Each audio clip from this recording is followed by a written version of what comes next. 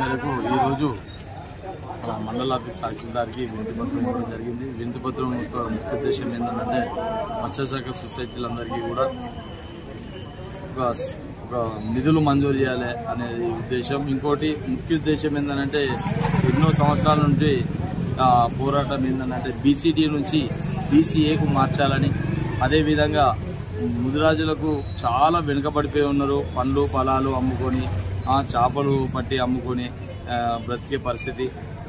ఆ భాగంలో కూడా చాలామంది వెనుకబడిపోయి నిరుద్యోగ వ్యవస్థలో కూరుకుపోయి ఉన్నారు.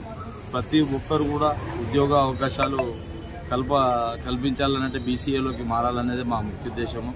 అంతో ఇంతో ముదిరాలు కొంతవరకు బాగుపడతారనే ఉద్దేశంతో బీసీఏలోకి మారాలనేది మొదటి ఆకాంక్ష. మాకు కూడా బీసీడీ నుంచి బీసీఏలోకి మారాలని కోరుకుంటున్నాం. జై సభ రాష్ట్ర నాయకత్వ పిలుపు మేరకు ఈరోజు కిలవరంగల్ మండలానికి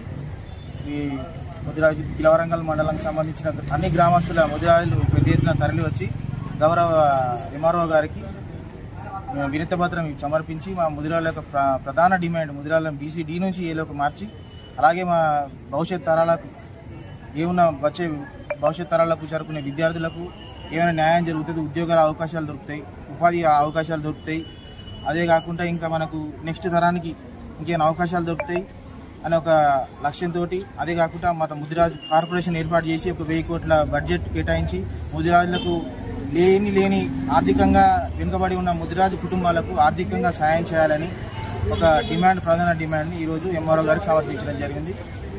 జై ముదిరాజ్.